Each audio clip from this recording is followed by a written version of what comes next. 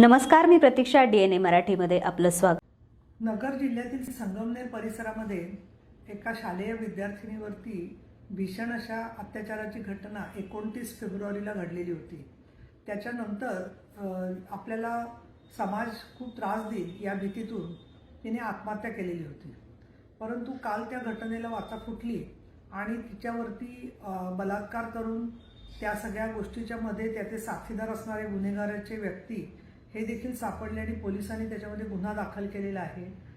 अनेक वर्षांपासून मी बघते की शाळेत जाणाऱ्या मुलींना वेगवेगळ्या प्रकारे भीती दाखवून किंवा फूस लावून त्यांच्यावरती अत्याचार करण्याचा घटना घडत आहेत.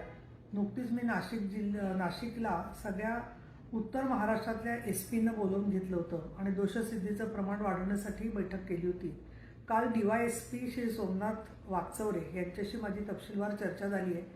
या घटनेमध्ये चार्जशीट योग्य पद्धतीने लवकर सादर व्हावं आणि कडक कारवाई आरोपींवर झाली पाहिजे, किंवा अशा घटना घडू नयेत म्हणून मुलींच्यासाठी शालेय शिक्षण विभागाने जो कार्यक्रम हाती घेतला आहे त्याचा सुद्धा उपयोग ठिकठिकाणी झाला पाहिजे असं माझं मी मत व्यक्त केलेलं आहे आणि ताबडतोबच ते निर्देश होम DYSPने स्वीकारलेले आहेत.